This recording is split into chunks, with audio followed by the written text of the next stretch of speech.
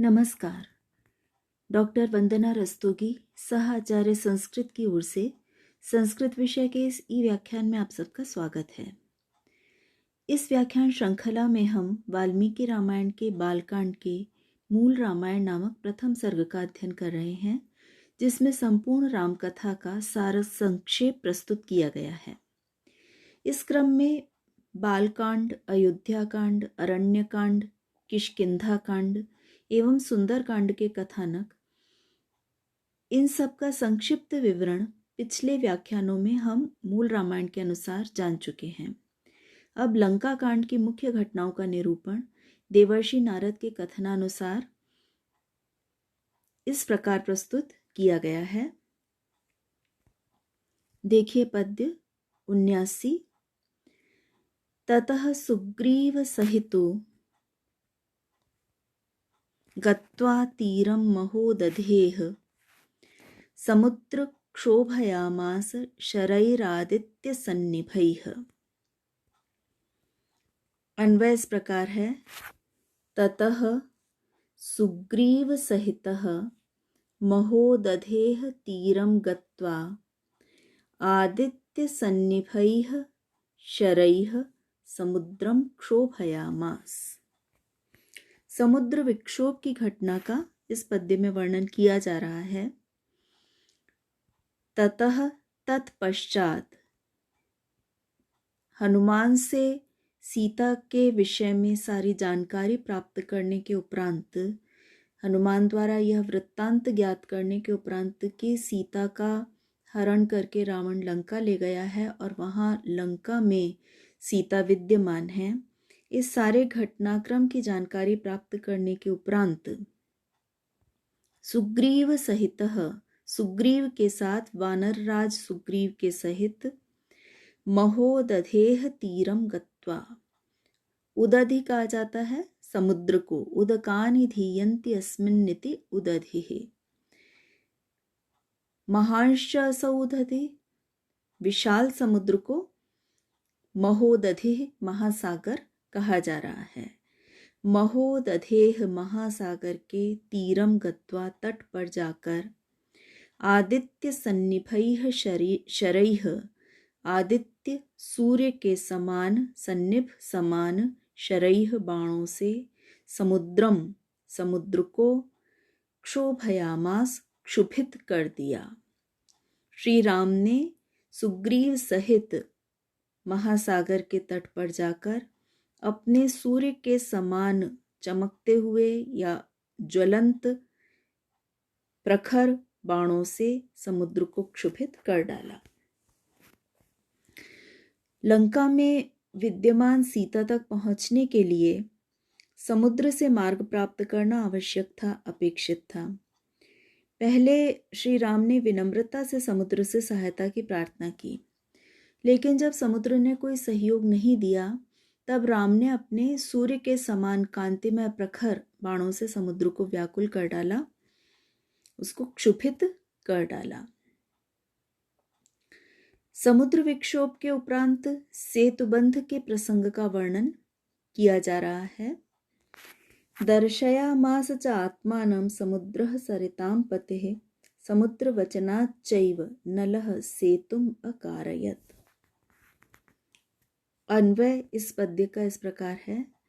सरितां पतिः समुद्रः च आत्मानं दर्शयामास समुद्रवचनात् नलः सेतुम् अकारयत्।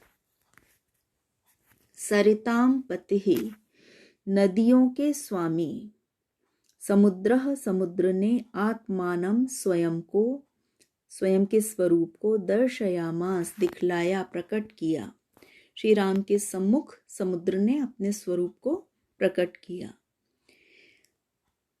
और समुद्र वचनात् एव, समुद्र के कथनानुसार ही, समुद्र के कहने से ही, नलः नल से राम ने, सेतुम सेतु को, पुल को, अकारयत बनवाया, निर्माण करवाया। समुद्र को जब ये ज्ञात हुआ, अनुभव हुआ कि श्री राम उस पर क्रुद्ध हो गए हैं, तो उसने स्वयं सशरीर उपस्थित होकर, साक्षात उपस्थित होकर राम से क्षमा याचना की, अपने अपराध की क्षमा याचना की और राम की सहायता करने के उद्देश्य से उन्हें यह बताया कि वे नल के माध्यम से, नल के द्वारा इस समुद्र पर पुल बनाकर लंका तक पहुंच सकते हैं। और समुद्र के कथनानुसार ही राम ने नल से समुद्र पर पुल बनवाया। नल और नील ये वानर सेना में से ही वानर थे, जिन्होंने विश्वकर्मा की कृपा से रामेश्वरम से लंका तक 100 योजन लंबा पुल बना दिया, जिससे राम अपनी सेना के साथ लंका पहुंच सके। समुद्रः सरिताम पतिः, स और त वर्ण की आवृत्ति के आधार पर यहाँ अनुप्रास अलंकार माना जा सकता है। तो इस प्रकार सेतु बंध करने के उपरांत तेन गत्वा पुरीं लंकां हत्वा रावणमाहवे रामः सीताम् अनुप्राप्य परां व्रीडाम् उपागमत्। इस पद्य में लंका पहुंचकर रावण वध का प्रसंग वर्णित किया जा रहा है। तेन, उस समुद्र के उस पुल से होकर, उस पुल के माध्यम से पुरीम लंकाम गत्वा, लंका नगरी को गत्वा पहुंच करके, हत्वा रावणम आहवे, आहवे युद्ध में रावणम, रावण को, हत्वा मार करके, उसका वध करके, रावण का युद्ध में वध करके, सीताम अनुप्राप्य, सीता को प्राप्त करके, रामः श्री राम पराम व्रीडाम उपागमत, परम व्रीडा को, लज्जा को, संकोच को प्राप्त हो गए। राम बहुत संकोच में पड़ गए। तो इस पद्य में सेतु के द्वारा लंका नगरी तक पहुंचने का वर्णन किया जा रहा है वानर सेना के। राम के द्वारा युद्ध में रावण वध का निरूपण किया जा रहा है और साथ ही सीता को, रावण का वध करके राम ने सीता को प्राप्त तो कर लिया, लेकिन वे बहुत ही संकोच में पड़ गए कि इतने समय तक सीता को शत्रु रावण के यहाँ बंदी बनकर रहना पड़ा। अब उन्हें स्वीकार करना नीति सम्मत भी होगा अथवा नहीं, इस संदेह से वे ग्रस्त हो गए।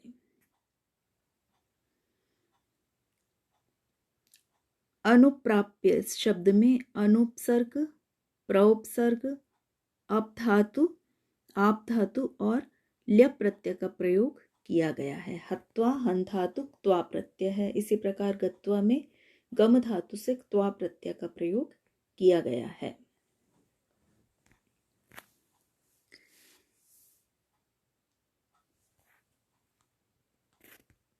अगले पद्यों में अग्नि परीक्षा का, सीता की अग्नि परीक्षा का प्रसंग देवर्षि नारद के द्वारा वाल्मीकि के सम्मुख प्रस्तुत किया जा रहा है। यहाँ हमें निरंतर ये ध्यान रखना है कि मूल रामायण की इस कथा को संक्षेप में देवर्षि नारद के द्वारा वाल्मीकि को सुनाया जा रहा है। इस संक्षिप्त कथा का ही, नारद से ज्ञात इस संक्षिप्त कथा का ही विस्तार से निरूपण वाल्मीकि ने रामायण में किया है। तामुवाच ततो रामः परुषं जनसंसदि अमृष्यमाणा सा सीता विवेश ज्वलनं सती। ततः तत्पश्चात सीता को रावण के कैद से मुक्त करवाने के उपरांत, रावण वध के उपरांत, सीता को प्राप्त कर लेने के उपरांत, रामः राम ने जनसंसदि, जनसंसद में, जनसभा में, ताम उस सीता को, ताम इस उपसर्ग का प्रयोग सीता के लिए, इस सर्वनाम का प्रयोग सीता के लिए किया जा रहा है। राम ने जन संसद में, जनसभा में उस सीता को परुषम कठोर वचन उवाच कहे। यही कठोर वचन राम के द्वारा सीता के प्रति कहे गए कि वह रावण जैसे शत्रु के यहाँ रहने के कारण उनको स्वीकार करना राम के लिए नीति सम्मत है अथवा नहीं है, कैसे वह यह स्वीकार कर लें, ये सारी बातें राम के द्वारा कही गई जो सीता के प्रति अत्यंत परुष कठोर वचन थे।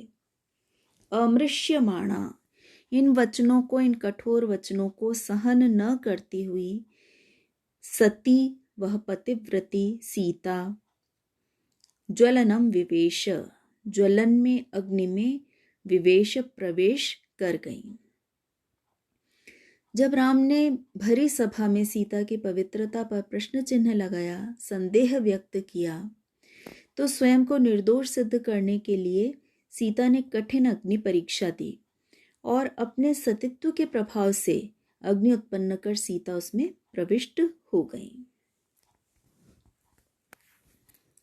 ततो अग्निवचनात् सीतां ज्ञात्वा विगत कल्मषां कर्मणा तेन महता त्रैलोक्यं सचराचरम्। सदेवर्षिगणं तुष्टं राघवस्य महात्मनः बभौ रामः संप्रहृष्टः पूजितः सर्वदेवतैः। अग्नि में प्रविष्ट होने के उपरांत क्या हुआ, ये यहाँ बतलाया जा रहा है आगे के पद्यों में। अन्वय इस प्रकार है। ततः अग्निवचनात् सीतां विगत कल्मषां ज्ञात्वा सदेवर्षिगणं सचराचरं त्रैलोक्यं राघवस्य महात्मनः राघवस्य तेन महता कर्मणा तुष्टं रामः सर्वदेवतैः पूजितः संप्रहृष्टः बभौ। इन दोनों श्लोकों का अन्वय एक साथ किया गया है। अन्वयानुसार अर्थ इस प्रकार है। ततः, तत्पश्चात, सीता द्वारा अग्नि में प्रविष्ट हो जाने के उपरांत, अग्निवचनात्, अग्नि देवता के कथनानुसार, सीताम, सीता को, विगत कल्मषाम, कल्मष का अर्थ है पाप, दोष, तो लोकापवाद रूपी कल्मष से, दोष से, पाप से, विगत, रहित, इसलिए विगत कल्मषाम का अभिप्राय हो गया निष्पाप, निर्दोष। सीता को निर्दोष, निष्पाप, ज्ञात्वा, जान करके, ये प्रमाणित हो करके,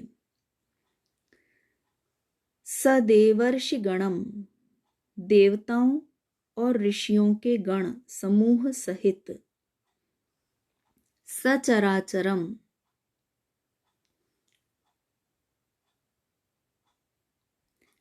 चर जो चलायमान है और अचर जो अचलायमान है, स्थावर और जंगम, इन समस्त प्राणियों के सहित, देवताओं और ऋषियों के समूह के सहित, त्रैलोक्यम, तीनों लोक, महात्मनः राघवस्य, महात्मा, महान राघवस्य, रघुवंशी राम के, तेन महता कर्मणा, उस महान कर्म से, तुष्टम, संतुष्ट हो गए। सीता के पवित्रता प्रमाणित हो जाने पर राम ने उन्हें स्वीकार कर लिया। उनके इस महान कर्म से देवता, ऋषिगण, चर अचर समस्त प्राणी और संपूर्ण त्रिलोकी, तीनों लोक संतुष्ट हो गए, प्रसन्न हो गए। सर्व देवतैः, समस्त देवताओं से, पूजितः, संपूजित होकर, अभिनंदित होकर, संप्रहृष्टः, परम प्रसन्न, रामः बभौ, राम सुशोभित हुए। सीता और राम के इस सम्मिलन से समस्त सृष्टि, देवता, ऋषिगण और समस्त सृष्टि आनंदित हो गई और राम भी सीता को पुनः प्राप्त करके सीता के निष्कलुषता निष्कल्मषता को प्रमाणित करके सीता को पुनः प्राप्त करके अत्यंत प्रसन्न हो गए। संप्रहृष्टः, अत्यंत प्रसन्न भाव को प्राप्त हुए और राम और सीता साथ में सुशोभित हुए। अग्नि परीक्षा के इस प्रसंग के अनुसार अग्निदेव ने स्वयं प्रकट होकर के उस जनसभा में सबके सामने, न केवल श्री राम के सामने अपितु सभी के सामने सीता की पवित्रता प्रमाणित की। और तब अत्यंत आनंद भाव से राम ने सीता को स्वीकार किया, जिससे समस्त सृष्टि में, देवताओं और ऋषियों में परम प्रसन्नता व्याप्त हो गई। सभी अत्यंत संतुष्ट हो गए। आज के व्याख्यान में इतना ही। धन्यवाद।